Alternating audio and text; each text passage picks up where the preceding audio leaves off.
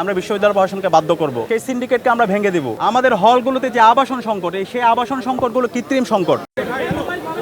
প্রতিদিনের মতো আজকেও প্রচারণা শুরু করেছি।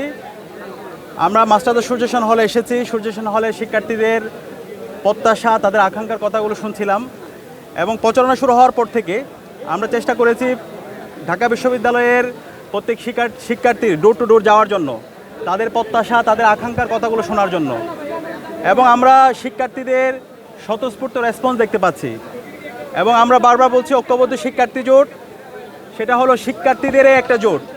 শিক্ষার্থীদের ভয়েসে আমাদের ভয়েস, শিক্ষার্থীদের আকাঙ্ক্ষায় আমাদের আকাঙ্ক্ষা, তাদের প্রত্যাশা পূরণ করে আমাদের উদ্দেশ্য।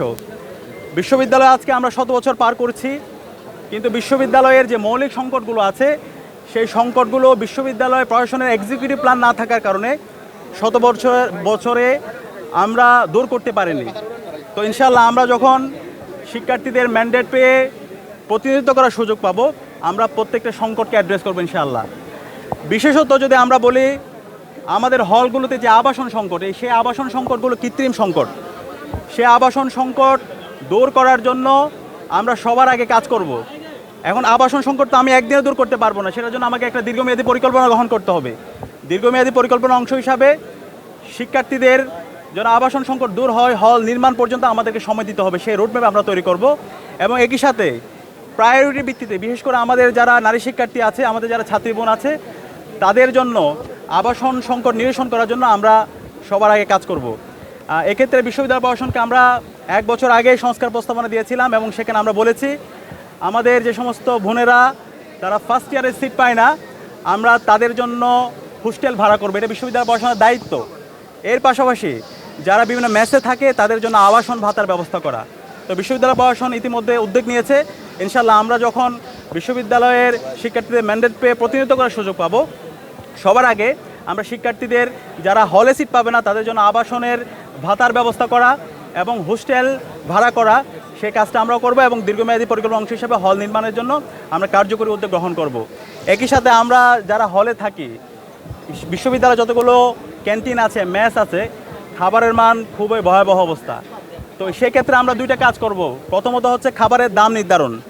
খাবারের দামের ক্ষেত্রে অবশ্যই আমার একটা ম্যানেজমেন্ট সিস্টেম থাকবে এবং এখানে যে সিন্ডিকেট আছে সেই সিন্ডিকেটকে আমরা ভেঙে দেব এবং প্রপার ম্যানেজমেন্টের মাধ্যমে আমরা খাবারের দাম সুলভ মূল্যে নিয়ে আসার আমরা উদ্যোগ গ্রহণ করব।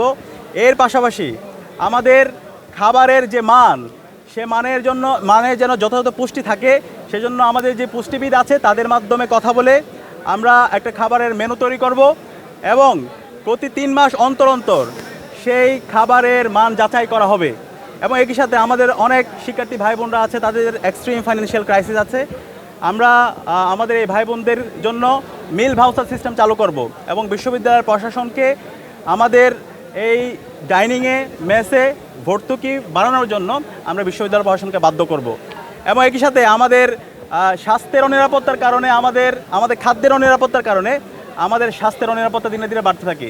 সে কারণে আমরা আমাদের ঢাকা বিশ্ববিদ্যালয়ে যে মেডিকেল সেন্টার আছে সেই মেডিকেল সেন্টারকে আধুনিকায়ন করব এবং এর পাশাপাশি আমাদের যেন ফার্স্ট এইড আমরা ট্রিটমেন্ট পেতে পারি, সেজন্য প্রত্যেকটা হলের মধ্যে আমরা মেডিকেল কর্নার স্থাপন করব।